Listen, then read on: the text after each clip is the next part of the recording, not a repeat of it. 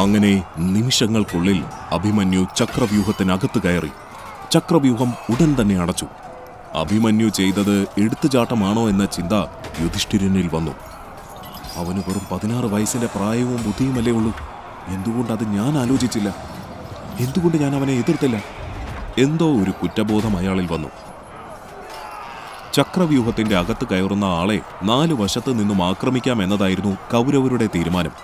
ദ്രോണയും ദുര്യോധനനും അതിനുള്ള പ്രത്യേക പരിശീലനം തലേ ദിവസം തന്നെ യോദ്ധാക്കൾക്ക് നൽകിയതുമായിരുന്നു. കൃത്യമായ സമയബോധത്തോടെ, നിശ്ചിത അടയാളങ്ങളിൽ, സമന്വയത്തോടെയുള്ള ആക്രമണം, ഇതായിരുന്നു അവരുടെ പദ്ധതി.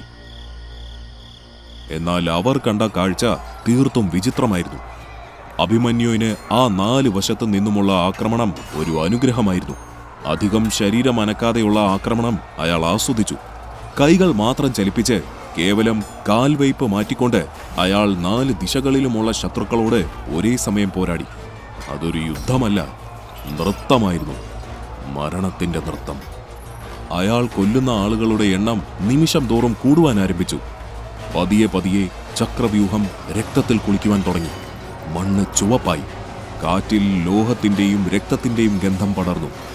നിമിഷനേരം കൊണ്ട് ചക്രവ്യൂഹത്തിന്റെ താളം തന്നെ അയാൾ തെറ്റിച്ചു. കൗരവ വീരന്മാരുടെ ഹൃദയത്തിൽ ഒരു അജ്ഞാത ഭീതി കടന്നു വന്നു. ദ്രോണാചാര്യരുടെ പദ്ധതിയിൽ ഇല്ലാത്ത കാര്യമാണ് ഇപ്പോൾ നടന്നുകൊണ്ടിരിക്കുന്നത്. എന്തെങ്കിലും ഇപ്പോൾ ചെയ്തേ പറ്റൂ. ദ്രോണാചാര്യർ ദുര്യോധനനെ നോക്കി. അങ്ങനെ ഒരു വഴിയുമില്ലാതെ വന്നപ്പോൾ ദുര്യോധനൻ ആ കാര്യം ദ്രോണാചാര്യരെ അറിയിച്ചു. ഗുരു, അതിനകത്ത് എന്താണ് നടക്കുന്നതെന്ന് നമുക്കും അഭിമന്യുവിനും മാത്രമേ അറിയൂ. പാണ്ഡവരിതറിയില്ല, പിതാമഹനുമില്ല. അപ്പോ പിന്നെ? ദ്രോണാചാര്യർക്ക് കാര്യം മനസ്സിലായി. പക്ഷേ അയാൾ ദുര്യോധനന്റെ അഭിപ്രായത്തിന് കൂട്ടുനിന്നില്ല. ദുര്യോധന, നിയമം പാലിക്കുക ആരെങ്കിലും കാണുവാനുള്ളപ്പോഴല്ല. അത് ധർമ്മമാണ്. ധർമ്മമില്ലാതെ നാം യുദ്ധം ചെയ്യില്ല. ഗുരുവിന്റെ വാക്കുകൾ ശക്തമായിരുന്നു. അത് ദുര്യോധനനെ മൗനമാക്കി. എന്നാൽ സമയം മുൻപോട്ട് പോകുന്തോറും അവരുടെ മുൻപിലെ കാഴ്ച ഭീകരമാകുവാൻ തുടങ്ങി.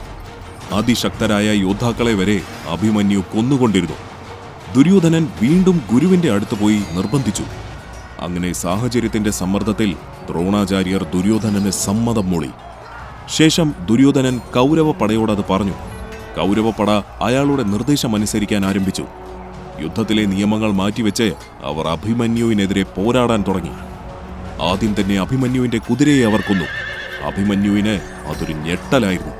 ദുര്യോധനനെ അയാൾ നോക്കി. ക്ഷമിക്കൂ അഭിമന്യു, വേറെ വഴിയില്ല. ദുര്യോധനന്റെ മുഖത്ത് കുറ്റബോധം നിഴലിച്ചു. നിമിഷങ്ങൾക്കുള്ളിൽ അഭിമന്യുവിന്റെ സാരഥിയെ അവർ കൊന്നു. ശേഷം എല്ലാവരും കൂട്ടമായി അയാളെ ആക്രമിക്കുവാൻ ആരംഭിച്ചു. അയാളുടെ ആയുധം കയ്യിൽ നിന്നും തെറിച്ചുപോയി. നിരവധി അമ്പുകൾ ആ 16 വയസ്സുകാരന്റെ ശരീരത്തിൽ ആഞ്ഞു കയറി. അയാൾ രഥത്തിൽ നിന്നും താഴെ വീണു. വേദനയാൽ അയാൾ നിലവിളിച്ചു. അപ്പോഴും അയാളെ കൗരവപ്പട ആക്രമിക്കുന്നുണ്ടായിരുന്നു. ഉടൻ തന്നെ ദ്രോണാചാര്യർ നിർത്തുവാനായി ഒച്ചയെടുത്തു. അയാൾക്കത് കണ്ടു നിൽക്കുവാൻ കഴിയുന്നുണ്ടായിരുന്നില്ല. അയാൾ ദുര്യോധനന്റെ അടുത്തെത്തി. ദുര്യോധന, ആയുധം കയ്യിലില്ലാത്ത യോദ്ധാവിനെ എങ്ങനെയാണ് ആക്രമിക്കാൻ കഴിയുക? നീ ഒരു യോദ്ധാവ് തന്നെയാണോ ദുര്യോധന? ദുര്യോധനന് മറുപടി ഉണ്ടായിരുന്നില്ല. ആ ഒരു സമയം എല്ലാവരുടെയും ശ്രദ്ധ അവിടേക്കായിരുന്നു. പെട്ടെന്നായിരുന്നു ആ ശബ്ദം അവരെ ഞെട്ടിച്ചത്. എന്നാൽ ശബ്ദത്തേക്കാൾ ഉപരി ആ കാഴ്ച അവരെ ഭയപ്പെടുത്തി. അഭിമന്യു രഥത്തിന്റെ ചക്രമേന്തി നിൽക്കുന്നു.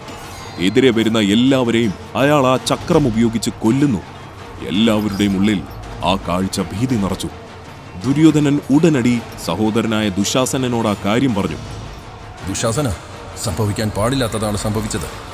പക്ഷെ ഇനി അത് പറഞ്ഞിട്ട് കാര്യമില്ല. അവൻ ചക്രവ്യൂഹത്തിന് പുറത്തു പോയാൽ നമ്മൾ ഇവിടെ നിയമം തെറ്റിച്ചത് പുറമേ അറിയും. അതൊരിക്കലും സംഭവിക്കാൻ പാടില്ല. ദുശാസനന് കാര്യം മനസ്സിലായി. അങ്ങനെ ഒരു വഴിയുമില്ലാതെ ദുശാസനന്റെ മകൻ അത് ചെയ്തു.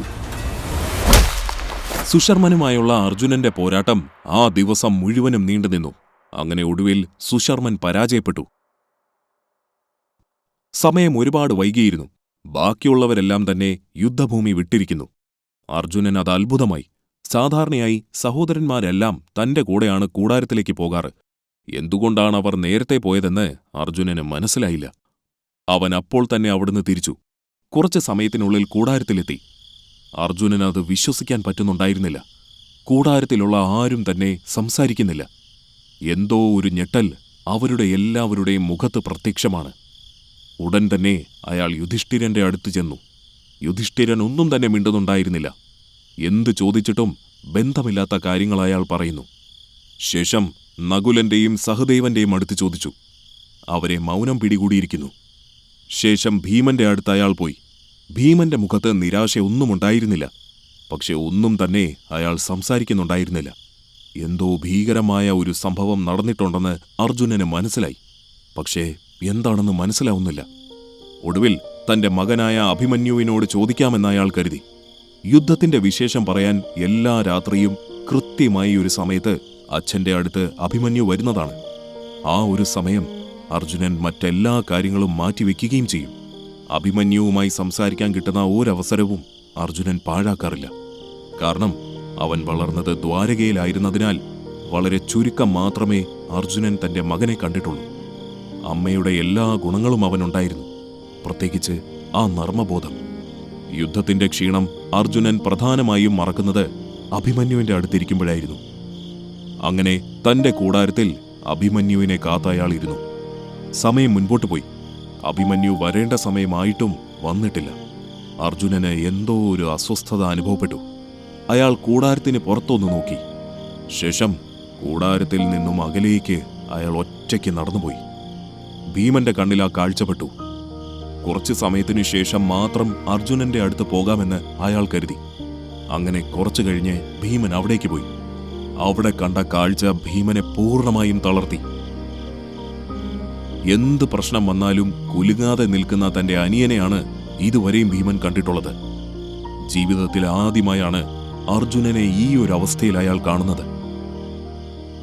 പെട്ടെന്നാണ് അകലെ നിന്ന് ബാക്കി സഹോദരങ്ങൾ തങ്ങളെ അന്വേഷിച്ചു വരുന്നത് അയാൾ കണ്ടത്. ഭീമൻ ഉടൻ തന്നെ എഴുന്നേറ്റു. അർജുനന്റെ ഈ ഒരു മുഖം വേറെ ആരും കാണരുതെന്ന് ഭീമൻ തീരുമാനിച്ചതായിരുന്നു. അതുകൊണ്ട് തന്നെ എന്തൊക്കെ പറഞ്ഞിട്ടും ഭീമൻ അവരെ പുറത്തേക്ക് കടത്തിവിട്ടില്ല. ഒടുവിൽ അവർ തിരിച്ചുപോയി.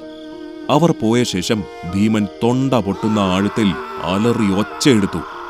ആ കാട് മുഴുവനും അത് കേട്ടു. അത് അയാളുടെ കരച്ചിലായിരുന്നു. അയാൾക്ക് അങ്ങനെ കരയാനറിയും.